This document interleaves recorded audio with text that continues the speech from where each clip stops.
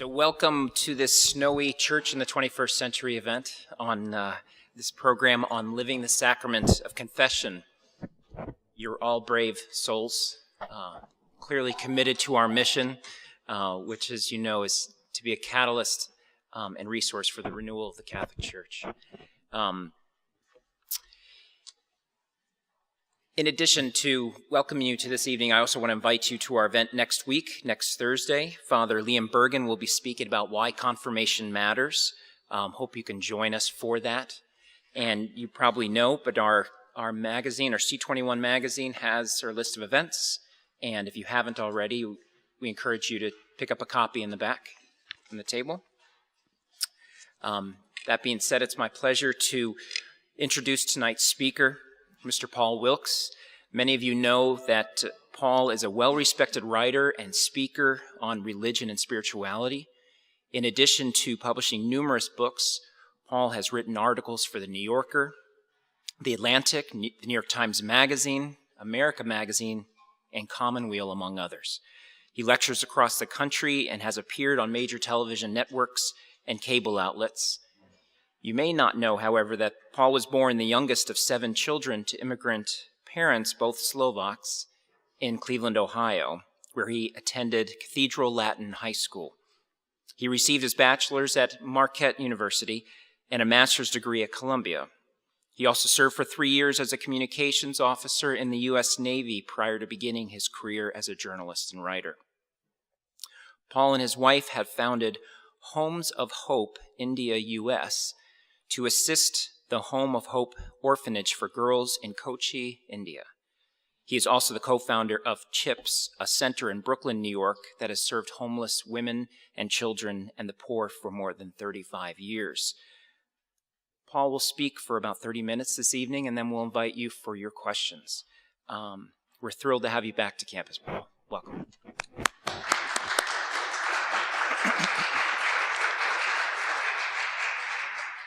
Thank you, and it's really wonderful to be here because one of my last visits was in San Jose, California at the East-West Center with prayer beads and Buddhas and incense, and you said something about Christianity or Catholicism and you got this kind of blank look, so I feel like I'm with a friendly crowd tonight. And I compliment you doubly about this crummy weather and the subject of confession. My God, I'm totally amazed that you're here. So thank you for doing that. And I just want to blow a little smoke in the direction of the 21st Century program here at BC. You know, in this time in our church, this is really, really an important thing that you are doing. My God, you know, at a time when we're into proof texting and we want the answer, and then we'll figure out what we need to substantiate it in theology, alleged theology. I really compliment the college and you, Eric, and all the people that work in the program, because it's really, really, really, really important. So tonight we're going to do confession, and I'll hear them privately in the corner right after. Could I borrow the collar, Father? Okay, you look good.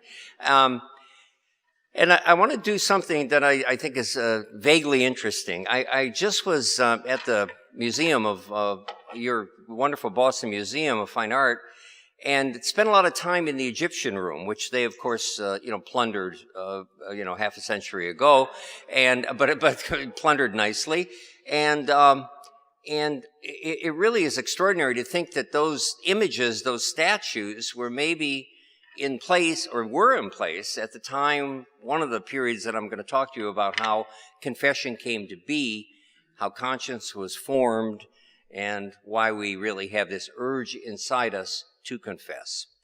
But let me begin with a quote from a friend of mine that many of you will recognize as I read it. We are at liberty to be real or unreal. We may be true or false, the choice is ours. We may wear now one mask and now another, and never, if we so desire, appear with our own true face. But we cannot make these choices with impunity. Causes have effects. And if we lie to ourselves and to others, then we cannot expect to find truth and reality whenever we happen to want them. If we have chosen the way of falsity, we must not be surprised that truth eludes us when we finally come to need it. And that is Mr. Thomas Merton. All right, very good. Merton had a very important part in my own life. As a senior in high school, with my DA, acne, and major attitude, and a lot of Elvis-like hair, I was walking down the hallways at Cathedral Latin, and Brother Adolph, who was, I think, 150 years old at the time, our librarian, said, "Wilkes, get over here." "Yeah, brother, what do you want?" said I. And he said, "I got a book for you. This Thomas Merton was a bum, just like you, but he turned out okay. Maybe there's some hope for you."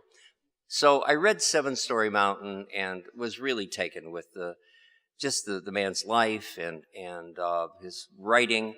And I was on my way to Gethsemane, that weekend, I think, to visit Thomas Merton. Of course, me and 400 other people appeared that weekend, and none of us saw him.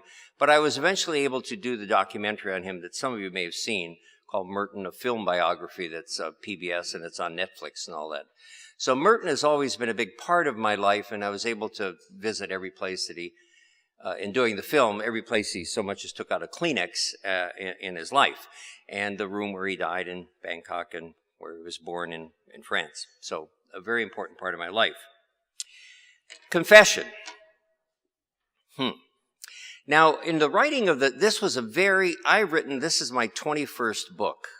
And it took me 4 years to write those 144 pages because it's very hard to write about confession in a kind of non-drippy fashion and not to be punitive about it and yet not to be here-ness, now-ness, and when-ness and Deepak Chopra about it, if you understand what I'm saying. And so it's very difficult to try to get the right tone to it, and I hope that I did, I don't know. But what came to me, and really the basis of the book, were two things. One was, we're in a period in our culture where we seem to be sharing all the time. We seem to be confessing all the time. I mean, just stand in the supermarket line and you'll hear 9 confessions on the cell phone. We know that, okay? I mean, intimate secrets of people's lives. Or Facebook or Twitter and all that stuff. But I really feel that what we haven't done or what we don't do or what we need to do and I need to do is to go back into that very quiet place on a periodic basis and examine ourselves. Particular examine is really what this book is about. I can't use that term in too many crowds, but tonight I know that I can. Because I think deep within us is the desire to be good. I don't think anybody doubts that. And of course, we stray and we don't do as well as we could. But the only thing that I think recalibrates us is confession. Now, please don't tell, I'm a Eucharistic minister to the hospital in Wilmington, North Carolina. I go to Mass every Sunday. I go to communion every Sunday, and I haven't been to confession in 15 years. And the time before that, it was 25 years. So I'm not, excuse the expression, a big frequenter, let's say. I'm not frequenter of the sacrament of confession. Me personally, but I think it's a wonderful, it's a wonderful thing. Oh, thanks for saying so, Paul. We're so happy. I have an editor in New York, Claire Ferrero, a very, liberal, progressive Catholic, who goes to the most conservative, the old box, the sliding screen and all that. She wants a beginning, middle, and end to her confession. She wants the real banana. She doesn't want any of this loosey-goosey, you're okay and I'm okay stuff. So I believe that if this resonates with you, then that is a good thing, and I'll be talking about that in a little bit. But I think that the confession I'm talking about is a deeper one, because ultimately every confession that we make externally is first a confession we make to ourselves. Now, I think it's kind of interesting to trace where this all came from. And this I found a really, really interesting part of doing the research for the book. because I knew, I used to go every Saturday and to my parish church, St. Benedict's in Cleveland, and as of course you priests are too young to remember those days when there would be a lineup of people out there and everybody would go. Of course, those days are past now, but I feel personally in my own life that is developed as something even more intimate and more frequent than I ever did it before. But now, let's figure out where this came from. Where did this instinct come from? Many, many years ago, 20, 30,000 years ago, let's just say that this is a cave. There is the us family over by the Steinway piano and the them family right by that gray trash can. And this guy just slaughtered a hog, pig, wild pig. And he goes crunch, crunch, crunch, eat the raw meat, give some to the old lady, to the kids, fall asleep. This guy is really hungry. He says, it smells good. Tiptoes over, grabs one of the bones, scampers back, jaws, wakes up. Ha! Stolen my, it doesn't say it, of course, language hasn't, we haven't been there yet. He has stolen my pig. He has stolen my sustenance, and I'm going to kill him. So he walks over with his club, ready to kill this guy. This guy picks up his club to defend himself. He looks at him in the eye, and he drops his club and drops his head. The first confession has taken place. No different from Dr. Phil today, no different from a confessional booth, no different from any forms of confession that we have today. I have acknowledged I have done something wrong, and I'm sorry. The first confession has taken place. So that is the birthplace. Now, of course, we don't know exactly if it was that way, but I wrote the book, so that's the way I'm saying it happened, okay? So then we come to more advanced but still primitive man and woman.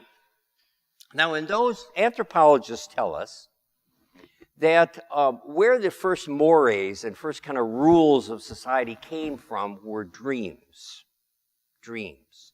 So I would have a dream that there's something haunting me because I stole that pig, or I raped that woman, or I ate that baby, or whatever it is.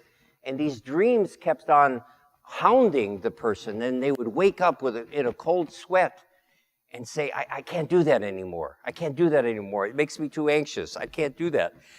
And out of these primitive dreams, the anthropologists tell us, came codes, at first verbal and then written, that you don't eat children, you don't rape wives, you don't steal pigs, you don't take the corn off of somebody else's. I guess they weren't even planting them, but you don't take, if somebody has a cache of grains, you don't take that. And then these codes became, and when they began to write, became written. Now, the Egyptians, 5,000 BC, that's why it was so wonderful to be with those statues today, which I'd never seen before. That great big one, the enormous one they have. That was there in Egypt when they were developing a series of laws. Now, this is before the Code of Hammurabi or the Ten Commandments or any of that. The concept of Maat, M-A-A-T, which was a series of negative commandments. In other words, I didn't do this, I didn't do this, I didn't do this. Some examples are, I have not lied, I have not taken milk from the mouth of children, I have not caused pain. So the whole idea was if they could answer these questions well, they would go on to the next and holy life. And their idea of it was this, balances.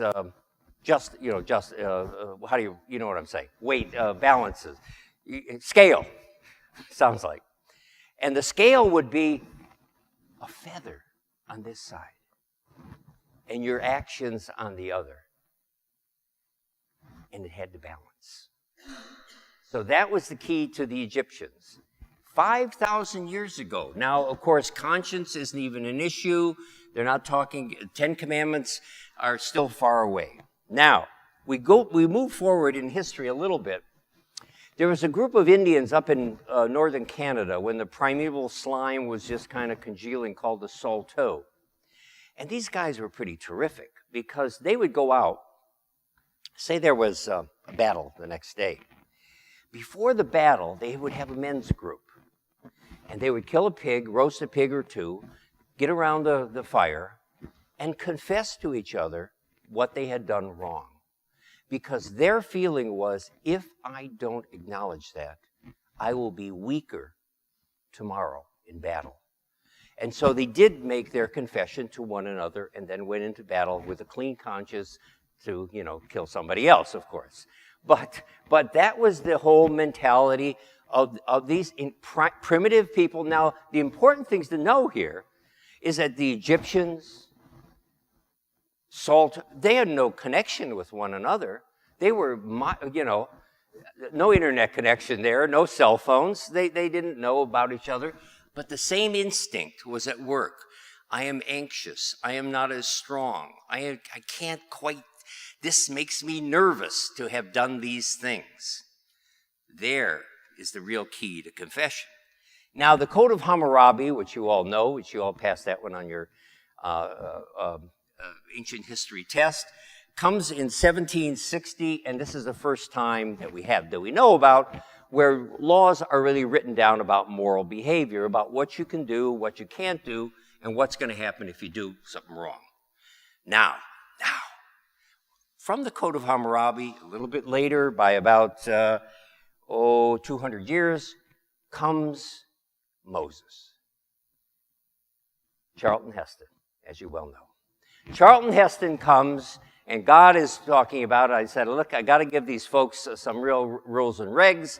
Charlton Heston is there and said, okay, God, I am ready. And bingo, bingo, bingo, bingo, bingo, bingo, we have the 10 Commandments. Now, very interesting about the 10 Commandments is that they have simplified this Code of Hammurabi, and they have codified moral behavior for the first time in a unique way.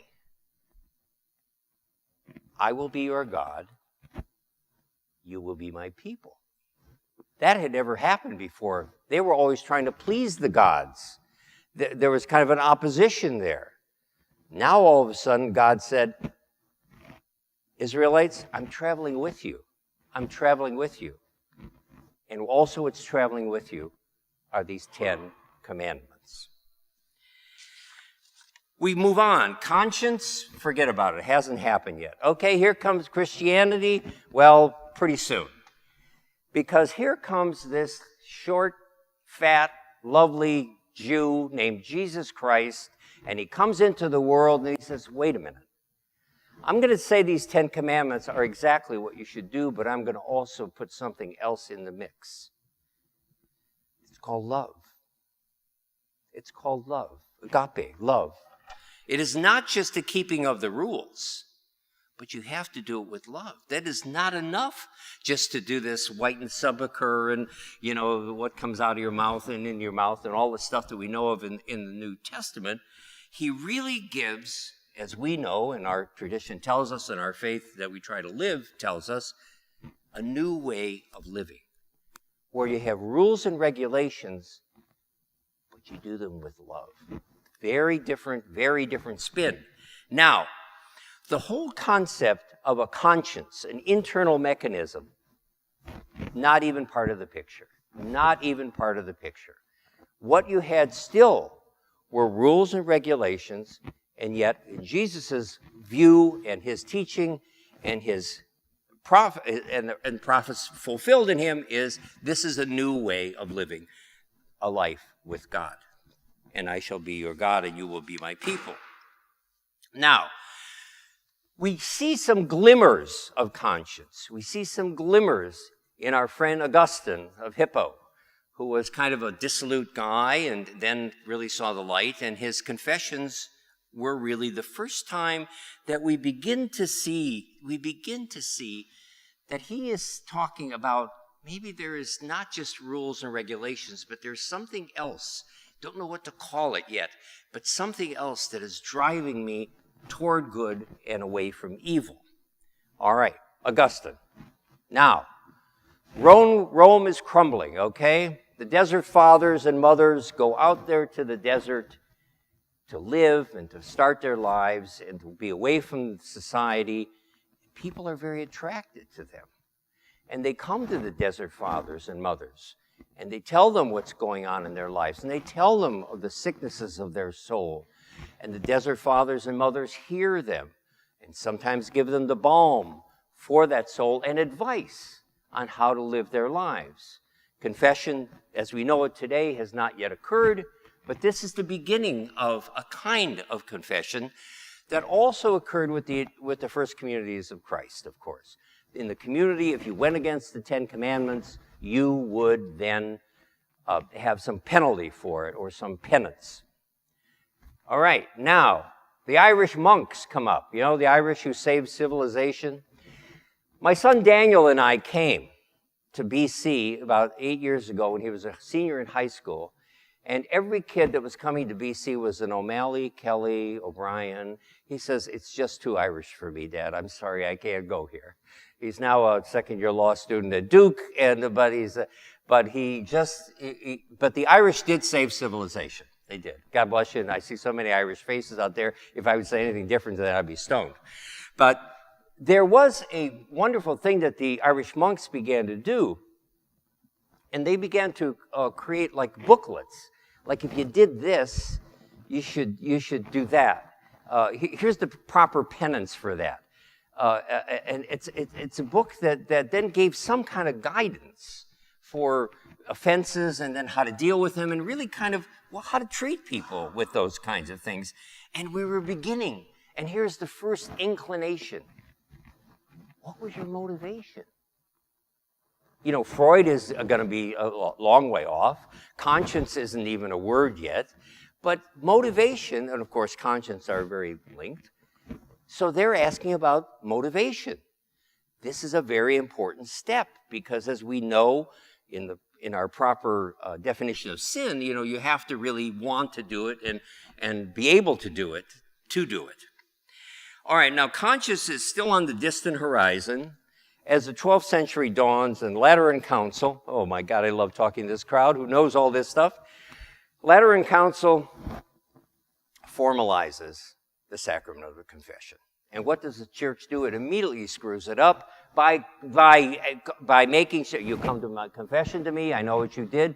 That'll be 3 cows for you. That'll be 4 chickens for you. I'll take part of your estate from you. So the corruption in the midst of a very holy moment takes over. Here comes Luther. Maybe Luther's going to out here someplace. He's getting ready for this stuff. But see, that's why the misunderstanding and the kind of arrogance of the church at the time, because for better or for worse, and I maintain for better, the Catholic Church, Christian Church, was the arbiter of moral life in the world, in the Western world. There was no other standard, really, in the Western world. Now, I've probably got historians here that know more about this than I do, and you can take me on afterwards, but that's the kind of broad brush treatment of it. Now, we go on a little bit, and this fellow Luther comes along. Augustinian monk, we always have to remember that. You know, he was a member of the clergy. And he says, this ain't right. This is not right. We can't have selling of indulgences, and we can't have that you have to have 2 cows or 3 chickens or 4 pigeons or something because I did that. That's not fair. More sophisticated than that, of course. But he says, no, I'm not going to live that way, and I'm not going to live in a church that way. The great split is about to happen. The one true church that was the arbiter of all of morality in the West is about to separate into Catholic and Protestant. All right. So we go through this time and we go into the Enlightenment, 17th and 18th century, and this is the first time that we will really begin to see that not just rules and regulations, but some other element is in dealing with yourself and your actions and what you should do about them. Because the Enlightenment, which every religious group fought, said, wait a minute, human beings have reason. They have free will. There is something other element here. These rules and regulations are okay, but we also have another element in our lives that we really need to utilize as well as we use these rules or regulations. Conscience comes in. The churches fight it bitterly. Wait a minute, I am the truth. I know what to do. I have a wonderful quote here from Gregory the 16th, 19th century, who pronounced it false and absurd, or rather mad, that we must secure and guarantee to each one liberty of conscience. Wow. Of course, I'm going to read from Vatican II just in a little bit, where conscience becomes the supreme arbiter of our lives, of our moral actions. All right, so we go through the Enlightenment, we go through it. Okay, here comes this fellow, 19th century, Vienna, Dr. Freud. Ooh, Dr. Freud, as many historical figures, those of us who, pass the test and move on to the next course, we always think of Sigmund Freud as coming and just starting something so unique and so, usually it's a constellation. He's taking a lot of like the Code of Hammurabi was a lot of other codes that came into one thing. This is a compilation, a distillation, but a new kind of aspect of human behavior that Dr. Freud brings in. And he says, why people act as they do. What are the underlying influences that can alter our decisions? How our intent interacted with those influences? See, now we take all this for granted today, but in that day it wasn't. There were rules and regulations, and that's what you lived by. Of course, the churches fight Dr. Freud. Wait a minute. We have the way, the truth, and the light. We have the rules and regulations. We don't want any of this interpretation. We don't want any of this situation ethics going on. They fought him bitterly. But of course, what would emerge after into our 20th century was really a new way of understanding ourselves through Dr. Freud and his followers. Now, Dr. Freud, perhaps 50% of what he has taught has been kind of dismissed, but the other 50% is still the very foundation of our modern understanding of psychoanalysis and the way our brain works. By the way, has anyone here read the David Brooks book, The Social Animal? It's the book of the year. It's the book of the decade. It'll tell you everything about yourself. This is the Rosetta Stone of books. And don't you love seeing him on television anyhow? Yeah. We of the progressive wing can't be a liberal anymore. Love this conservative, and just a wonderful, wise man. And this book is so good. It really, because he takes in a lot of the social research and does a good job of interpreting it. So comes Dr. Freud, comes the age of the 60s, which some of us have lived through, for better or for worse, ponytails and various things that we did. So what happens in this time? All institutions, all people of authority, church, everybody is suspect, bad, we can't do that. But what happens in our Catholic Church is a wondrous thing.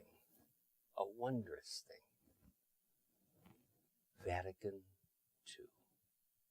Thank you, Jesus. Vatican II happens. What happens too is that some of the best and the brightest cardinals and bishops that have ever populated the hierarchy come together in Rome and give us a new church. I get weepy even thinking about it. When you think about the giants of Skillabeeks and Ronner and Chenot and all these great minds and these great titans of the church, Spellman and all of them, but getting Koenig, just getting together and saying, something ain't working the way it should. The old way ain't the best way. Of course, we're trying to get it back in the genie, back in the bottle these days, but we're not going there tonight. Okay? But we really were given a great gift.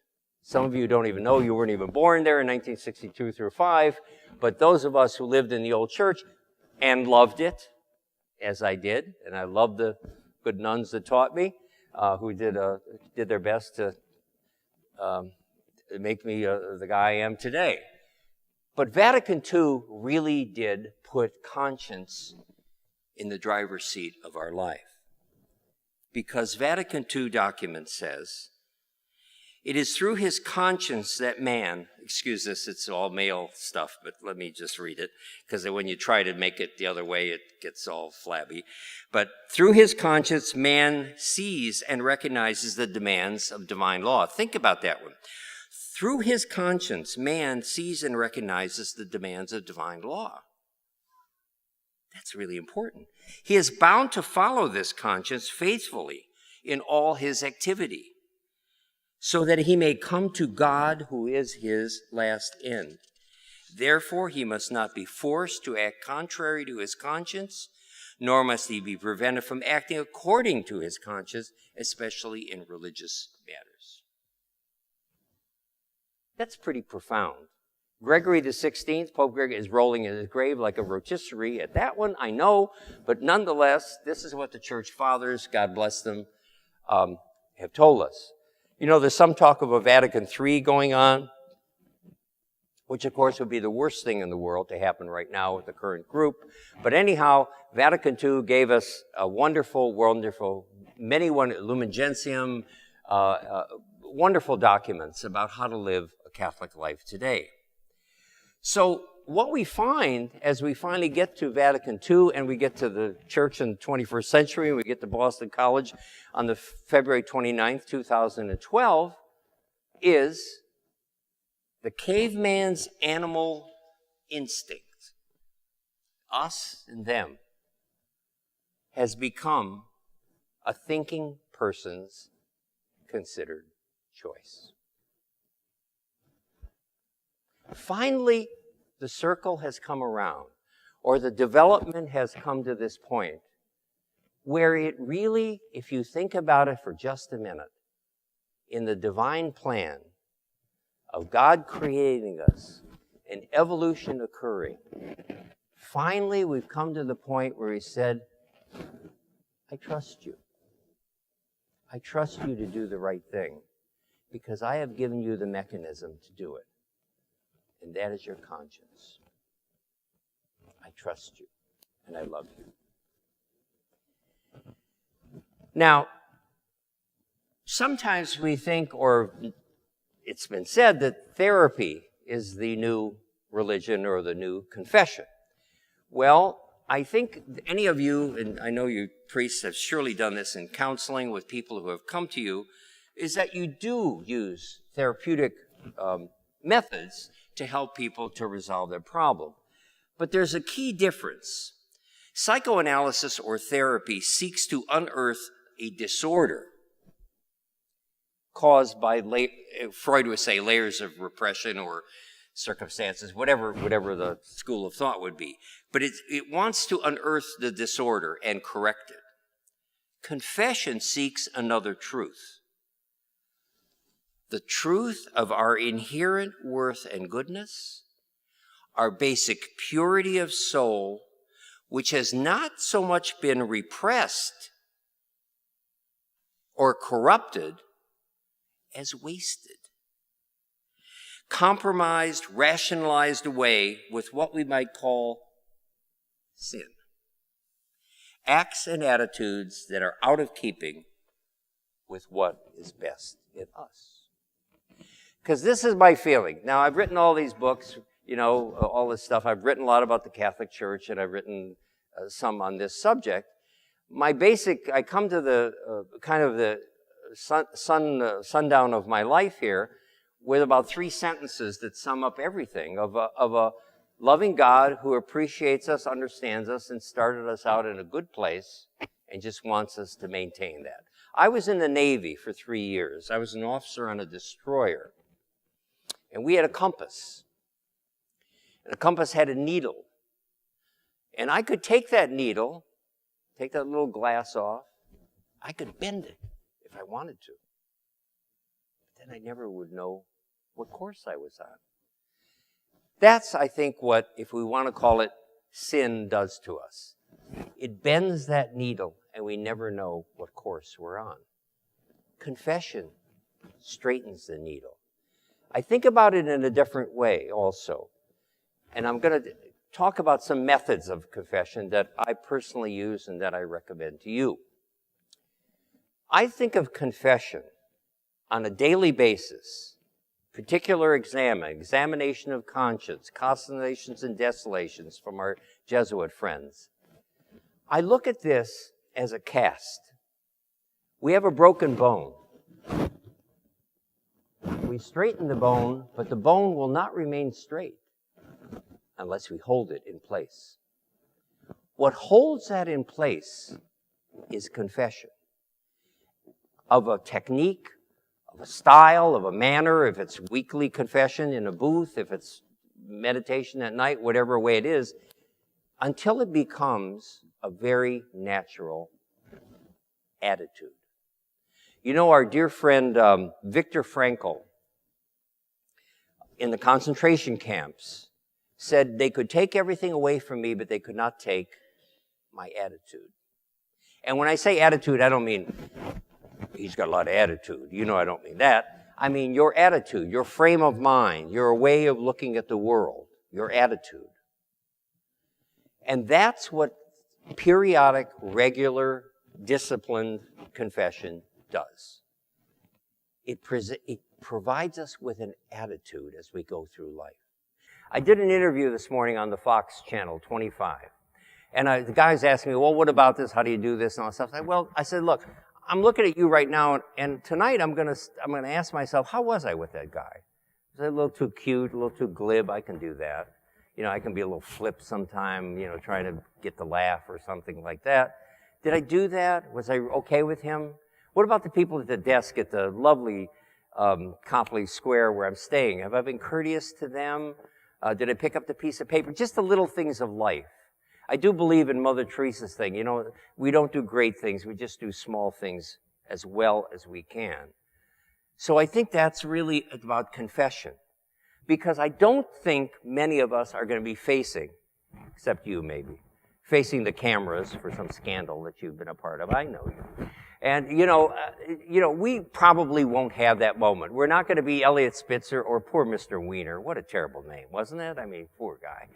We're not going to be there. The cameras, we're not going to have bright lights like that unless somebody's going to wait for us on our, you know, coming out our house. It's not going to happen. But in our lives, it's always the little murders. In community life for you sisters, you know it. I do a lot of work in India with the Salesians. You know, we're building our third orphanage now for the sisters and these orphan girls. And I see the internal stuff in their life. You know, you think, the world thinks you put the thing on and, oh, they're all the same. Baloney. We all know that, and you know that. There's those little murders. Well, sister, you know, no, I won't put the cup there. I know that she wants the cup there, but I'm not going to do it. Those are the things that we all have to, whatever those habits are, or those things that we do that aren't the best in us, those are probably the things we have to correct. We don't have to worry about Mr. Wiener and all that kind of stuff. So let me prescribe, if I might, 3 ways of confessing. Some years ago when I did the film on Thomas Merton, I was privileged to go to India and interview the Dalai Lama. So I walk into this room, very nice room, you know, he's there. I walk up to him. I say, hello, Dalai. No, I didn't say hello.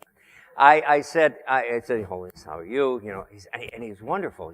He whipped aside his gown and he said, you see this belt? I said, yeah, I do see that belt. He says, I used to use a rope. No good. Pants fall down. Thomas Merton, give me this belt. Much better.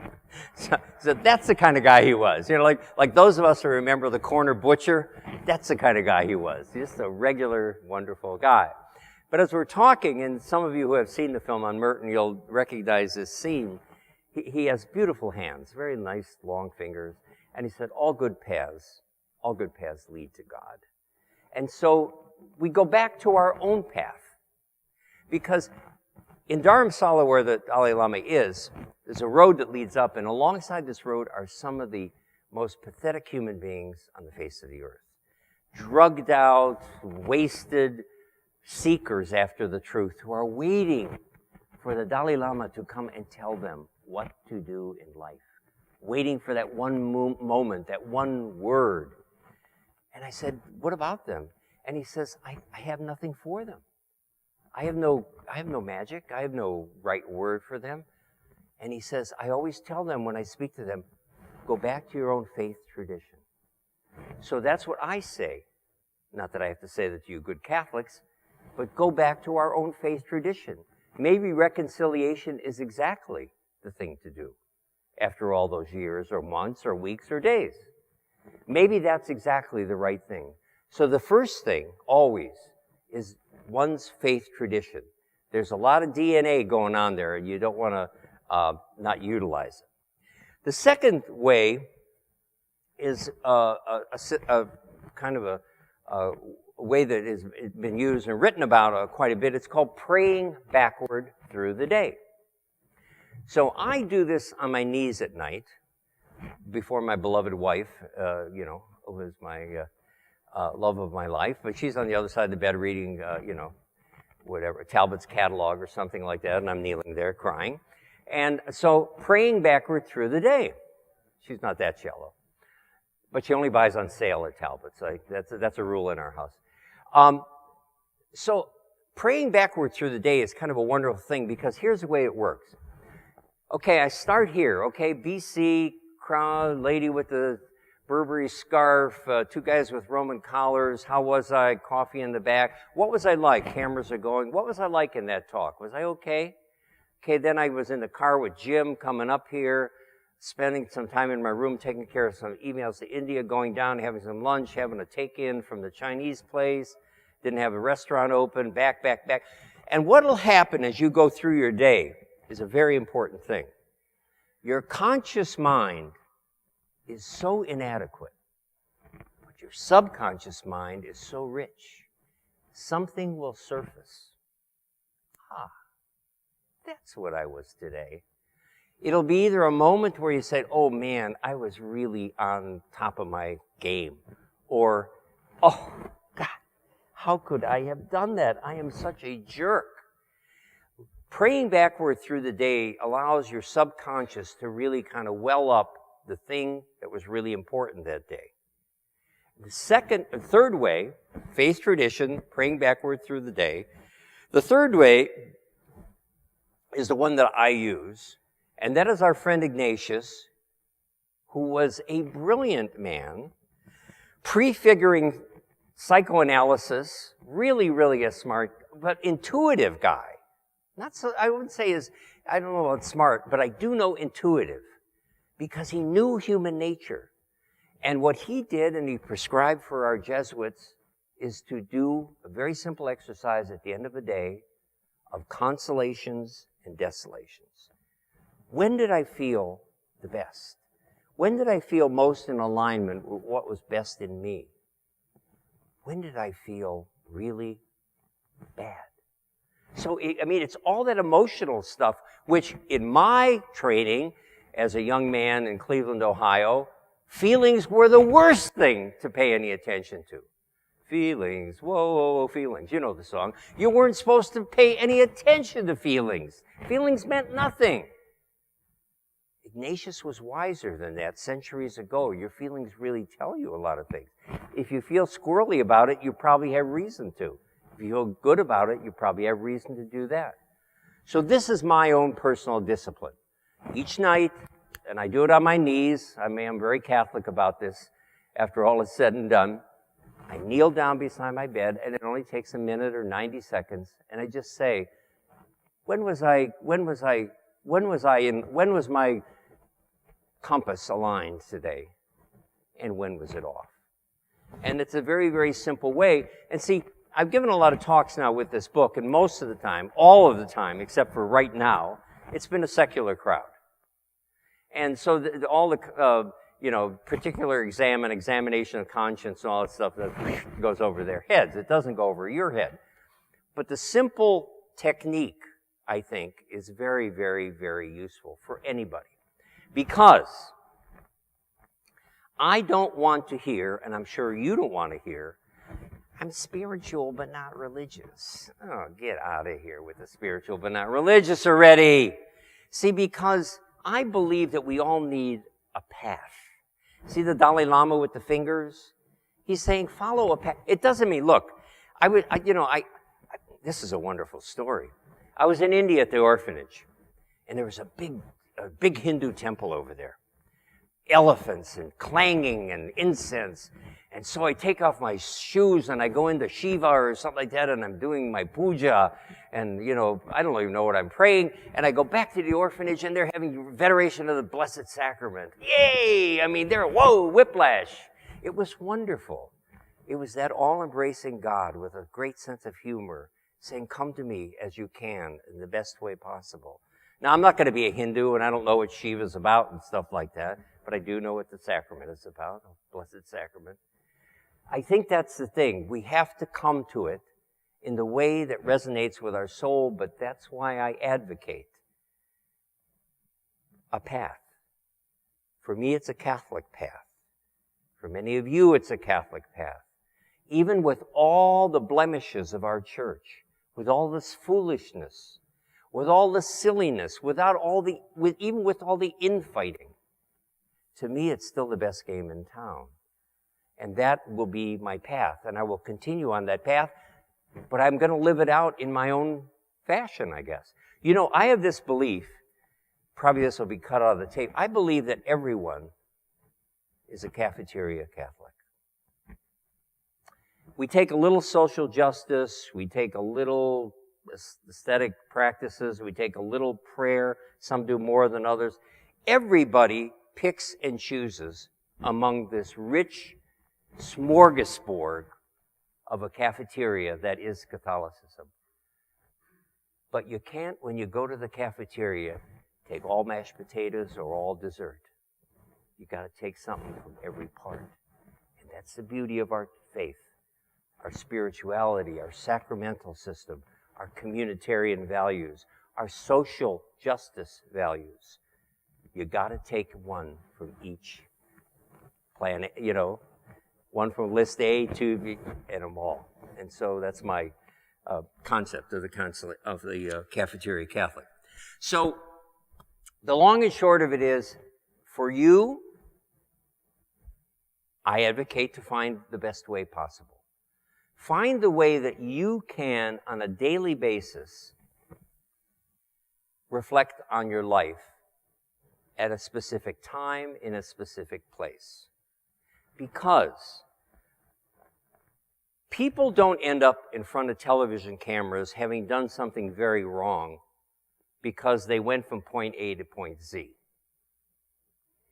The kid that got caught with $1 billion embezzlement started when he took $1 out of mom's grocery money and bought some candy at the candy store. And mom said, "Oh, that's okay, Johnny. It's only $1. Oh, this is okay. So then he goes to college and he cheats on a test. And then he goes on through his first job. And then it becomes $1 billion. With constant, regular confession, it won't happen. You will stop yourself before you get to that point.